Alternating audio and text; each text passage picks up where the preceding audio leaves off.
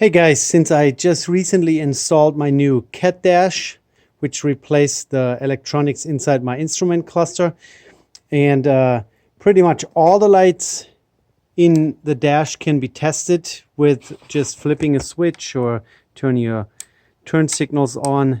Only thing that you can't test that way is the brake failure light, which is controlled by a float. It's almost like a float switch in your toilet that turns the water off when the tank is full. This has a little micro switch up in here, and the only way that we can test the light if it actually works in the Katdash, which I definitely want to verify, you got to pull out those two little wires. Come on, one-handed operation.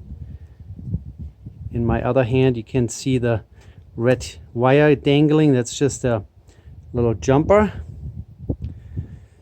The switch can also be tested if you get a ohm meter, pull the cap off, and then move the switch up and down. And when the switch is all the way down in the down position, that means fluid is low, then you should get continuity through the switch. I just recently did this. But I want to test the function of, oh my goodness, how are we going to do this? Yeah, hold on. I'll put the cable on, okay? Hold on. So is power on and a jumper between those two cables, we have a beautiful, bright brake failure light. So if you ever get this light while you're riding, that means you're losing your brake fluid somewhere.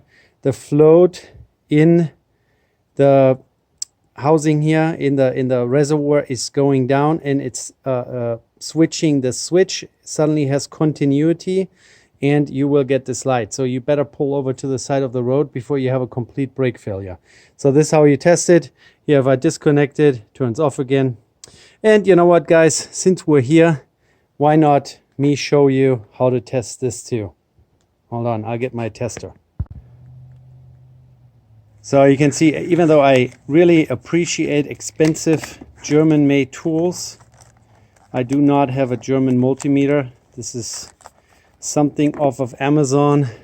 Only reason why I bought it is that it has the amperage clamp function for AC and for DC. So if you ever want to find out what the cranking amps on your motorcycle is, you can use this clamp, set it to amps, 600 amp and 440 amps. So I would say probably somewhere there, and then you can see the reading.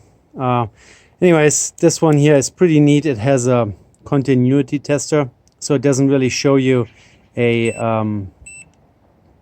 ohm. Oh, actually it shows you ohms, but it also beeps. So when I used it last time in a video, someone complained that I didn't touch the two probes together, which you're supposed to do to see what your differential is. Like, let's say it would actually show you some resistance instead of 0. Then you're supposed to subtract that. And this one is 0.3 ohms. So I think we're okay. 0.3 ohms just to test the switch. So now I'm going to pull this out.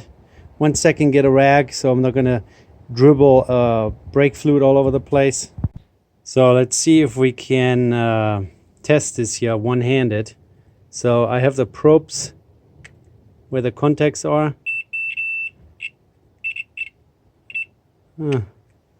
One-handed sucks. Let's see, I have different probes for this as well that have little clamps on the end. I think I have them. Hold on. So now we got it. So we're in continuity tester mode. Right now the cap is sitting on the float. As soon as I lift it up and the float falls down, as soon as the pretty much simulating the fluid level is up, there's no continuity. As soon as I let go, the float goes down as if you're losing all your fluid, like you have a leak somewhere in your brake system. Suddenly it beeps. And we can also check for the ohms, the whole resistance. 1.1. As you see, it goes down. It's kind of annoying. So the whole switch has a resistance of 0.3. So if I'm assuming that my tester here has 0.3 as an initial, and now we're at 0.4, that means the switch really has no resistance at all. So that's pretty cool. My brake fluid in here looks very clean and happy. I just changed it. In these under tank master cylinders, you gotta change the brake fluid frequently to keep your seals and gaskets in your master cylinder happy, to keep corrosion down, and ultimately over time keep leakages from happening. So if here in my case I got this master cylinder re-sleeved, the sleeve is done out of brass, so there is not that huge corrosion concern anymore. But even the little gaskets, if this brake fluid gets all grimy and nasty and water in it and whatnot, they will just deteriorate faster, and then you will have leakages, and then you will get a slow leak over your frame here, and then your bike starts rusting.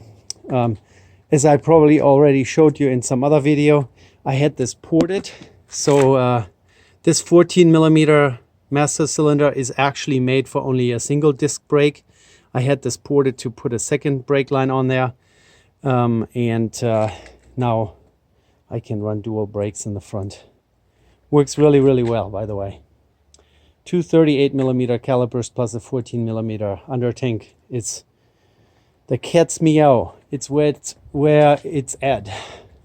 So yeah, everything looks happy. And by the way, this cap where your lever is under here has a little drain hole right back here. So if you have anything coming out, you would know. Just check that and do a brake fluid flush every year, every 2 years maybe, but do it. Yeah, so we tested the Katdash, all the functionalities, all the lights. I like the instrument lighting. It's really nice and bright. You also saw me how to fix the problem with the bezels when they don't fit. Just get the Dremel out, and that worked really well. They are tight on there now. They will not fall off by themselves, so I don't need to put any adhesive on it. So that worked out. So the whole Katdash install was a success, and all those iffy connections in there, and sometimes the light works and sometimes it doesn't, is now fixed. I love the Katdash.